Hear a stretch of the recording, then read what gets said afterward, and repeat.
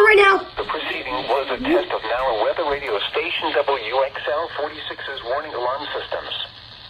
During potentially dangerous weather situations, specially built receivers are automatically activated to warn of the impending hazard. Tests are normally conducted by NOAA's National Weather Service every Wednesday between 11 a.m. and 12 noon. When there is a threat or existing severe weather in the area on Wednesday, the test is postponed until the first good weather day. Reception of this broadcast and the warning alarm will vary from place to place.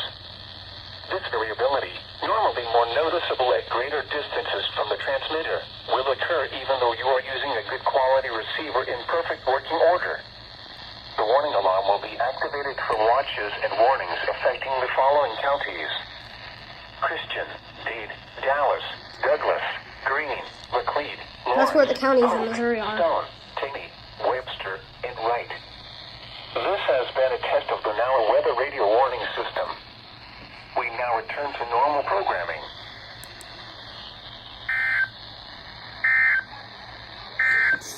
The TV.